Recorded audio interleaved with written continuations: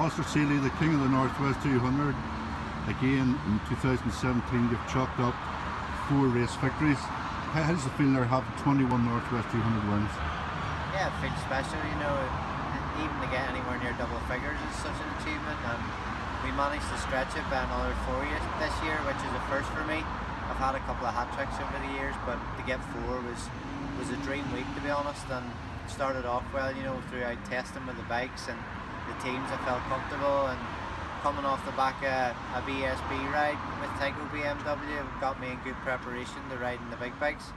So yeah, the week was good weather up until the race day, and then on Saturday the rain came down and kind of made it iffy conditions, so we just cracked on and got a win on Thursday evening after a slight excursion at Magic Roundabout, and then had another 3 Supersport, Superstock, Superbike on Saturday. So a good week and all, you know. And if you look back at 2 years ago, or sorry, last year coming into the event, I was equal 15 with Robert, and to now be 6 in front is an unbelievable success, really, over a 2-year period, to jump 6 races in front of what Robert had with the record. So I'm very proud and honoured to be now the record holder, and for the teams to give me the chance to stretch it with the good machinery. There's a media hype all about Guy Martin and all the rest of it, and you really weren't even mentioned all that much before the Northwest 200, so you've really answered your critics once again, haven't you? You're always going to get criticised in this sport, you know. It's all part and parcel. You know, I let the other riders take the limelight, so to speak, and kind of go under the radar.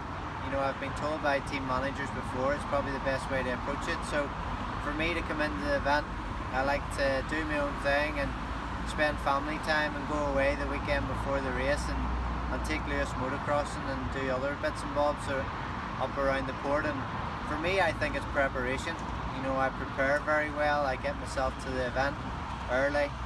I get the motorhome parked up in a good site, a good pitch. And then when I'm up there, then I like to chill out during the event and just, as I say, do family things and go and wine and dine in nice places. You know, there's nice restaurants up around the North Coast. I have sponsors within the Anchor Bar and other sponsors. You know, McLean's asked me to go to the bookmakers, Bush Mills, to do a meet and greet question answer session. So that kind of got me out of the paddock and got me to meet fans, local fans, and there's nothing better than spending a week up there with your fans and spectators and actually getting to tell them how the week's going. It was ironic before the Northwest 200 that you were having difficulty even getting a ride to actually race. In the race, you shouldn't have that problem next year. For the Northwest, I wouldn't think so, no, but for me, bread and butter usually comes from British Championship, and you know, 2017 seemed to be the toughest year for trying to nail a ride down, but we held out, we held off, and eventually I managed to get a British Supersport ride with Spirit Motorcycles. So it's a new development bike, and hopefully it takes off for next year. You know, we see more Moto2 bikes coming from abroad, coming into the class, because I can see the actual proper Supersport production bikes kind of fading away over the next couple of years, and hopefully Moto2 takes over. So to be asked to come in as a development rider, stroke racer, and to be mixing at the front already with a bike that has shown that we have a couple of problems, then it's good to have my name at the top of the timesheets and everybody remembers you for being at the front of races. I was just going to say, it's absolutely amazing that you're riding this unknown bike and you're on the podium. You know, it's just unreal. It just shows you how good a rider you are, especially in Supersport, especially in the BSB. Like, it's just unreal what you're doing with that bike. They must be really pleased with it. Yeah, well, I always wanted to go back to what they call the middleweight class, Supersport.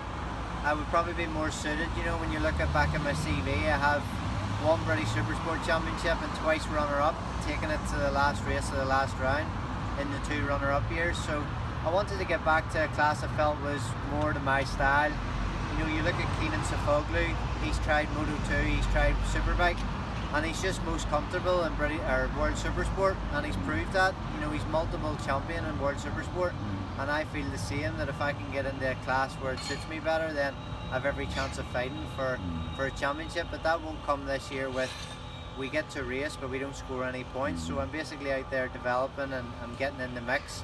I'm probably ruffling a few feathers at the minute, but you know, that's been part of my career all through it. It hasn't been any plain sailing, and I don't expect it to stop here.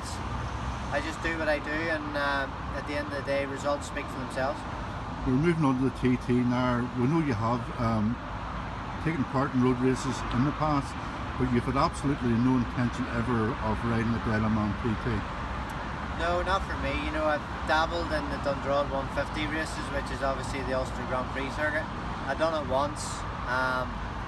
I never really wanted to return. I chose to go to the Northwest then, and for me it was something that I always grew up in, going to the North Coast, the seaside resorts of Portrush, Portstewart, and we have programs at the likes of Joey Dunlop and Robert and McCallan all those years ago, and Carl Fogarty, and I just enjoyed the spectacle, and I chose that one, and because it's my only one I can concentrate solely on putting my effort into that event.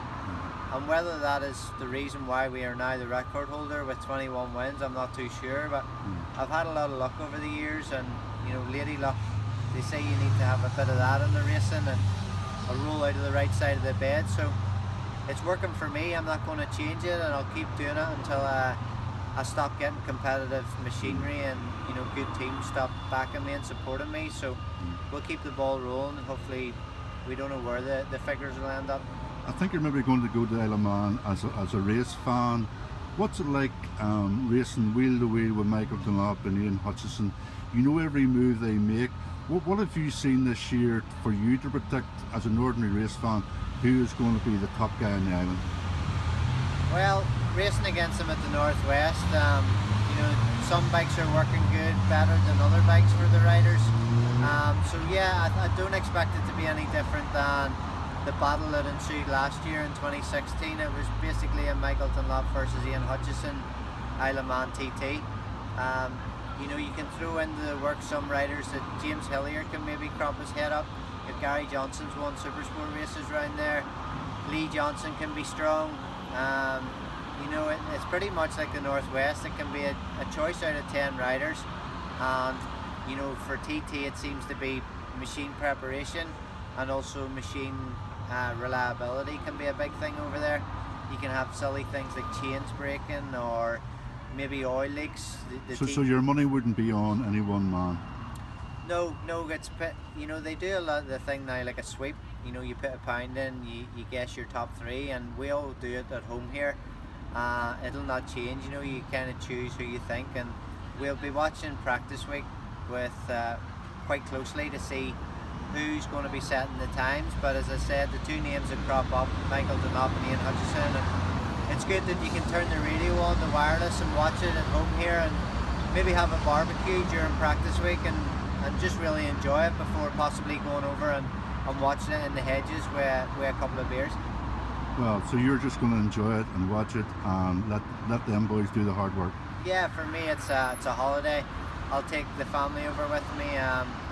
We get looked after over there, especially with being with Tyco BMW. You know, I think the accommodation will be with them guys, and you know, it's a big shout out to them. And I think we'll maybe get a yacht over this year with friends that we know, and possibly a yacht back, or maybe fly home. So it's good that we can go and enjoy ourselves, and there's no rush to get home from that place. We maybe stay on if we need to be, and it's just about enjoying the event. You know, I've spoke to Ian Hutchison being my teammate in the Northwest, and I kind of say, you know, when you watch in certain places it looks quite hairy and scary, but being at the Northwest and breaking down at certain places and then watching, when you race around it, it's totally different from being on the bike and racing.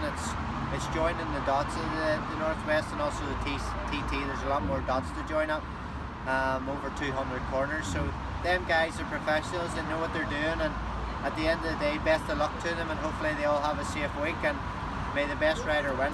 Okay, Alistair, thanks very much. Thanks again, the King of the Northwest 200, Alistair Seeley. Cheers.